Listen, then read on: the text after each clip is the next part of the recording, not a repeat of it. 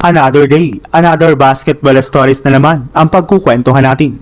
At ngayon nga ay pag-uusapan natin ang injury report ng Golden State Warriors kay Stephen Curry at ang balitang pagiging third seed pa ng Los Angeles Lakers.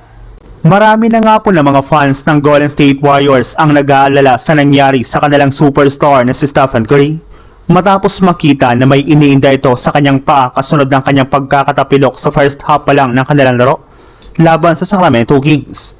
Iyan na nga pong hinihinalang dahilan bakit hindi masyadong nakagalaw at nagkaroon ng magandang performance ang kanilang superstar.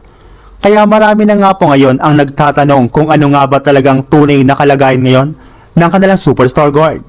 Well, pagkatapos nga po ng pagkatalo ng GSW ay mismong si Stephen Curry na nga po nagsabi na masyado nga daw po siyang nadismaya sa nangyayari ngayon sa kanilang kupunan. Nilinaw na rin naman nga po nito na maayos para naman nga po ang kanyang paa kahit manatapilok siya dito.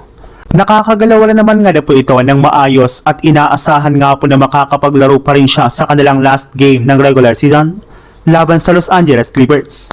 Hindi rin naman nga na po ito makakaapekto sa kanyang magiging kalagayan sa kanilang magiging laro sa play-in tournament.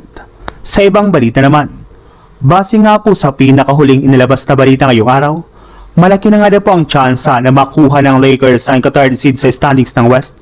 Since balak na nga po ng Denver Nuggets na ipatalo ang kanilang game bukas laban sa Spurs sa hindi nila pagpapalaro sa majority sa kanilang mga players, kaya mukhang kailangan na nga po ng Lakers na paghandaan ngayon ang kanilang rematch sa first round ng Minnesota Timberwolves. Alam naman nga po ninyo na tinalo nga po sila nito last season at masyado nga po silang dinomina at pinisikal sa kanilang naging paghaharap last season, kaya kailangan nga po ng Lakers na magkaroon ng revenge game dito. At bago pa man nga po pumasok ang Lakers sa playoffs, ay may magandang balita na nga pong inilabas ngayong araw ng team patungkol sa kanilang batang player na si Austin Reeves matapos i-anunsyo ng insider na mauuna nga daw po ito na bumalik at maglaro sa kanilang team kesa kay Luka Doncic.